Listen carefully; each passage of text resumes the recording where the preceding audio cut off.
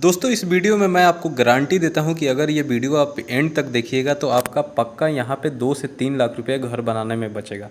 अब देखिए होता क्या है कि जब हम घर बनाते हैं तो हमें सभी चीज़ों की जानकारी नहीं होती है कि कौन सा मटेरियल कैसा है। तो हम क्या करते हैं, जो जैसा बताते जाता है हम वैसा मटेरियल लेते जाते हैं, अपने आसपास नहीं देखते हैं कि कहाँ हमें कौन सा मटेरियल सस्ती मिल जाएगी या कौन सा मटेरियल हमारे लिए ज़्यादा सूटेबल होगा। फिर वही हमें ज़्यादा आइडिया नहीं होता है तो हमारा क्या है कि लेबर ज़्यादा लग जाता है, तो वहाँ हमारा लेबर में ज़्यादा खर्च हो जाता है, मटेरियल में ज़्यादा खर्च हो जाता है। तो ये सब चीज़ें मैं यहाँ पे 8 से 10 ऐसी बातें बताऊँगा जो कि आपको घर बनाने के टाइम में ध्यान रखना है, आपको ये गलतियाँ नहीं करनी है। इससे क्या होगा कि आपका जो घर में फालतू खर्च लगता है वो खर्च नहीं लगेगा और टाइम से पहले आपका काम भी होगा और साथ में आपका पक्का यहाँ पे 2 से 3 लाख रुपये बचत होगी। तो वीडियो को चलिए डिटेल में शुरू करते हैं। सबसे पहली चीज़ होती है कि जो हम अपना प्लॉट लेते हैं, जो ज़मीन लेते हैं, वो ज़्यादा हम ध्यान नहीं देते हैं। हम प्लॉट क्या है कि अगर हम मान लीजिए वहाँ से रोड जा रहा है और रोड से ज़्यादा गहराई में ले लेते हैं प्लॉट, तो वहाँ पे फिर आप देखिए कि आपको वहाँ मिट्टी भरने का खर्च, नीचे से वहाँ पे ग्राउंड बीम देना, फिर प्लिंथ बीम देना, फिर दीवार को उठाना, फिर मिट्टी उतना फिल करना, आपका कॉस्ट काफ़ी बढ़ जाता है। या फिर आपको वहाँ आरसीसी वॉल भी देनी पड़ जाती है क्योंकि गहराई में रहेगा तो अगल बगल पानी भरेगी। तो अगर आप सीधा सिर्फ दीवार दिए रहेंगे, ब्रिक वर्क किए रहेंगे, तो पानी आने का चांस रहेगा आपके घर में। तो इसलिए आपका कॉस्ट काफ़ी बढ़ जाता है। तो इसलिए जो प्लॉट लेना है, प्लॉट आपको समतल ज़मीन पे यानी कि जो रोड लेवल से बराबर हो, फ्लैट सरफेस पे वहाँ पे लेना है। ठीक है, ज़्यादा गहराई में आपका प्लॉट ना हो, ये चीज़ ध्यान रखना है। उसके बाद दूसरी बात, जब आप उस प्लॉट पे घर बनाने जाएं तो जो आपका प्लॉट आप लिए हैं वो कोशिश कीजिए कि ज़्यादा आड़ा तिरछा ना हो। वो क्या है, स्क्वायर शेप में होना चाहिए। जितना स्क्वायर शेप में रहेगा उतना आपका उसमें कंस्ट्रक्शन कॉस्ट है वो कम लगता है, उसमें प्रोजेक्शन कम निकलता है, कोना कम निकलता है, छज्जे कम निकलते हैं। ठीक है, ये चीज़ हो गया। उसके बाद जब इस पर अपना घर बनाने जा रहे हैं तो जो उसमें आपको प्लान बनाना है वो बिल्कुल सिंपल होना चाहिए। ज़्यादा भारी प्लान या ज़्यादा टफ प्लान ना बनाएं। आपको कोशिश करना चाहिए कि आपको 2 मंजिल या फिर डुप्लेक्स हाउस बनाना है तो नीचे का एरिया में आप कोशिश करें जितना कम से कम स्पेस हो उतना हम यूज करें। जैसे कि आपको मान लीजिए कि ज़रूरत है 2-3 रूम का, तो आप नीचे कोशिश करें कि 1 रूम बनाए, 1 किचन बनाए, 1 बाथरूम बनाए, हॉल निकाल दें पूरा, आगे आप पूरा गार्डन का एरिया छोड़ दें। तो जितना नीचे कम आप एरिया यूज करेंगे उतना कम आपको बीम देना पड़ेगा, उतना कम आपका फुटिंग आएगा, उतना कम आपकी फ्लोरिंग आएगी। तो इसमें क्या है कि आपका पैसा कम बढ़ेगा, कम लगेगा, क्योंकि जितना अगर ज़्यादा आपका कमरा रहेगा, जितना आपका दीवार कटेगा उसके नीचे उतना बीम आएगी, फिर उसके नीचे उतना दीवार आएगी, फिर फिलिंग होगी। तो इसमें कॉस्ट बढ़ जाता है। तो आपको जो ज़्यादा नीड्स है आप क्या करें, ऊपर फर्स्ट फ्लोर पे, सेकंड फ्लोर पे, वहाँ पे आप ज़्यादा बना दें कमरा, ज़्यादा वहाँ पे किचन बाथरूम जो भी है एरिया आप ऊपर का ज़्यादा यूज करें, नीचे का कम करें। तो इसमें भी आपका कॉस्ट काफ़ी बच जाता है। फिर उसके बाद जो बिल्डिंग आप तैयार करते हैं तो जो उसमें एलिवेशन का डिज़ाइन होता है, बहुत जगह देखा जाता है, जैसे आप देखते हैं बहुत लोग क्या करता है कि उसमें अलग अलग तरीके का डिज़ाइन काटता है, छज्जे निकालता है, प्रोजेक्शन देता है, तो खिड़की निकालता है। तो उसमें क्या होता है कि उसमें एक तो मटेरियल आपका ज़्यादा लगता है, उसमें टाइम काफ़ी ज़्यादा लगता है। तो जो कॉन्ट्रैक्टर होता है या जो मिस्त्री होता है वो आपसे डबल चार्ज करता है। उसमें आपका जो प्लास्टर वगैरह भी होती है, उसमें कटिंग होती है, उसमें डबल आपका मटेरियल लग जाता है। तो जितना सिंपल आपका एलिवेशन रहेगा उतना कम आपका खर्चा होगा। तो इसमें सिर्फ आप एलिवेशन कम रखेंगे तो आपका वहाँ पे 20 से 30 हज़ार आपका वहाँ बचना एकदम बच जाएगा, गारंटी है। फिर उसके बाद जो आपका प्लॉट, अगर आप नीचे का एरिया कम इस्तेमाल कर रहे हैं तो कम वहाँ पे प्लिंथ बीम वगैरह आप देंगे, स्टील बचेगा, सब कुछ बचेगा। तो वहाँ पे भी आप 30 से 40 हज़ार रुपये वहाँ सेव कर लेंगे। तो इस तरीके से हम पैसे की बचत कर सकते हैं। उसके बाद अगली इंपॉर्टेंट चीज़ होती है कि जो हम कॉन्ट्रैक्टर को हायर करना। तो देखिए, कभी भी मैं आपको कहूँगा कि अगर आपको थोड़ी सी भी जानकारी है तो आप विथ मटेरियल जो कॉन्ट्रैक्टर देते हैं, काम देते हैं, वो आप कभी मत दे। देखिए, विथ मटेरियल आप काम देते हैं तो आप मान लीजिए जो भी रेट दे रहे हैं उसको 1200, 1300, 1400 रुपये स्क्वायर फीट, तो वो क्या करेगा, वो तो ले लेगा, लेकिन उसमें वो किस तरीके का मटेरियल लगाएगा, एक तो मटेरियल अच्छा नहीं लगाएगा, दूसरी बात ये कि जल्दीबाजी में वो आपका काम करेगा तो वो काम भी ख़राब होगा। वहाँ पे पैसे ज़्यादा से ज़्यादा बचाने के चक्कर में वो लोकल वेंडर से जैसा भी मटेरियल हो लेके लगा देगा। तो इसलिए आपको क्या करना है कि लेबर कॉन्ट्रैक्टर आपको देखना है। लेबर कॉन्ट्रैक्टर से आप खड़े होकर अपना खुद का मटेरियल दीजिए, काम कराइए, तो घर भी आपका मजबूत होगा और साथ में आपका जो वहाँ पे जो बहुत काफ़ी पैसे भी बच जाएंगे। क्योंकि लेबर कॉन्ट्रैक्टर जब आप हायर करेंगे तो वहाँ क्या कीजिए कि 5 6 कॉन्ट्रैक्टर से अलग अलग रेट लेना है। फिर उसमें आपको जो अच्छा लगे उनके काम को देखना है, उसके काम के क्वालिटी को देखना है। जो पहले वो काम किया हो वहाँ पे जाना है, वहाँ मकान मालिक से पता करना है, उसका बनाया हुआ घर देखना है, तब उसको हायर करना है। तो इस तरीके से भी आपके काफ़ी पैसे बच जाएंगे। अब हमारे घर के लिए सबसे इंपॉर्टेंट मटेरियल क्या होता है? सीमेंट होता है। तो सीमेंट देखिए, सीमेंट में क्या होता है कि हम यहीं पे धोखा खा जाते हैं। आजकल क्या है, मार्केट में बहुत तरीके का अलग अलग ब्रांड के सीमेंट है, जैसे छत के लिए स्पेशल सीमेंट, फुटिंग के लिए स्पेशल सीमेंट, प्लास्टर के लिए स्पेशल सीमेंट। इन सब के पीछे आपको नहीं भागना है। आपको नॉर्मल जो पीपीसी सीमेंट आता है, चाहे एसीसी कंपनी का हो गया, चाहे आपका अल्ट्राटेक कंपनी का हो गया, किसी भी कंपनी का नॉर्मल पीपीसी सीमेंट लेना है। उसी से आपको घर का दीवार बनानी है, उसी से प्लास्टर करनी है, उसी से आप छत करा दें। बस आपको वहाँ पे छत का जो ढलाई जब होती है तो उसका जो छत की थिकनेस होती है, छत में जो वाइब्रेटर लगाना है, छत में जो कवर ब्लॉक लगाना है, मसाले का जो मिक्सिंग होता है, इन सब चीज़ों का ध्यान रखेंगे तो आपके छत में कहीं कुछ नहीं होने वाला है।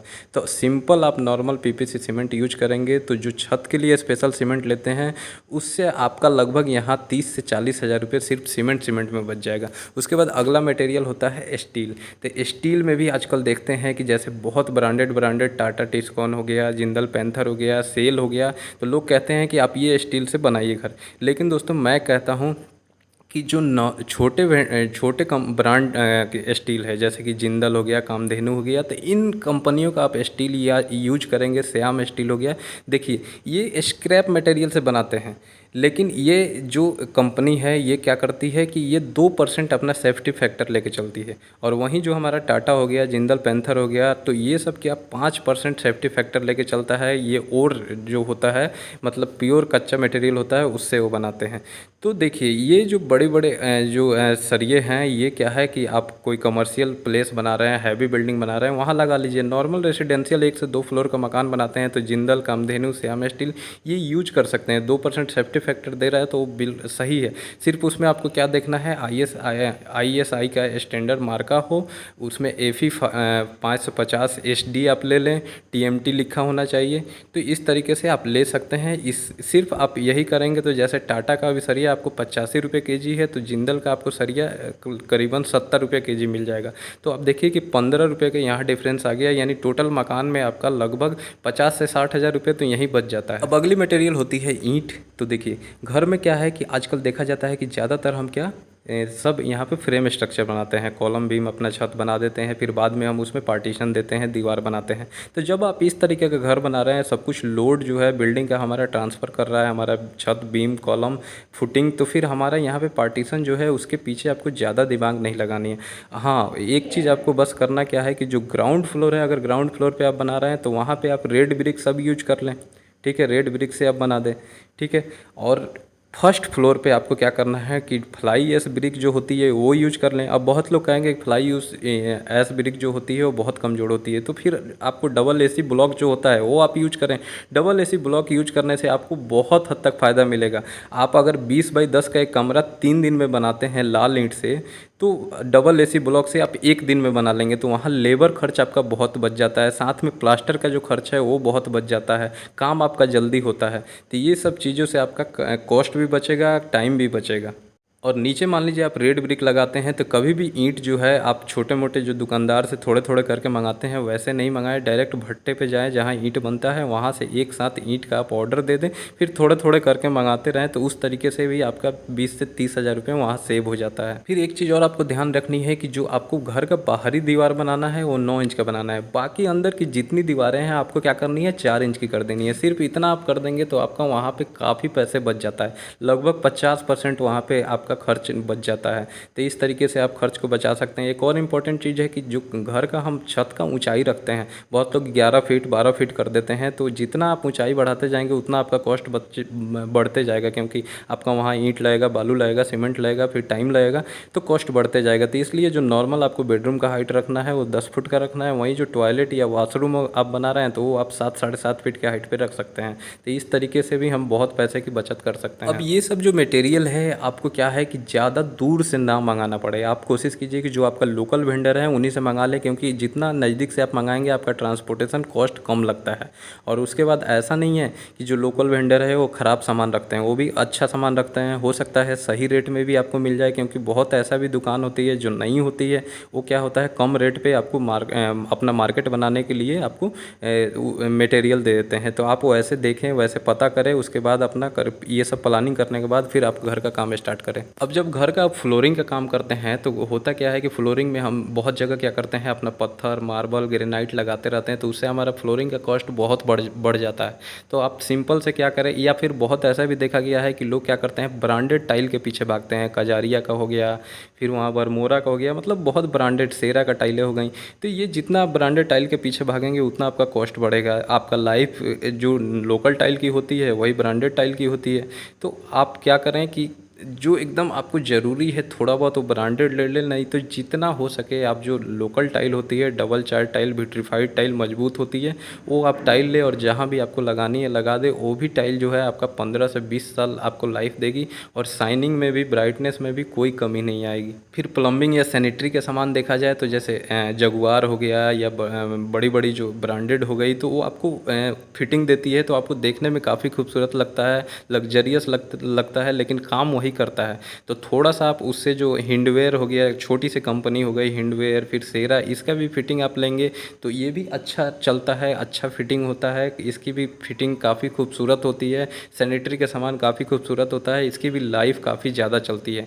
तो इस तरीके से जो फिनिशिंग का काम है, फ्लोरिंग का काम है, इसमें आप पैसा बचा सकते हैं। फ्लोरिंग में आप जो है मैट आप घर में लगा सकते हैं, विनाइल लगा सकते हैं, वहाँ पत्थर और मार्बल के जगह पे अलग अलग पैटर्न मिल जाती है, तो इससे टाइम भी बचता है और साथ में इसका कॉस्ट भी बचता है। अब जब बात आती है दरवाज़ों और खिड़कियों का, तो देखिए जो हमारा मेनली क्या होता है कि जो हमें जो डोर फ्रेम लगानी है वो हमें कोशिश करना चाहिए कि लकड़ी का डोर फ्रेम ना लगाएं।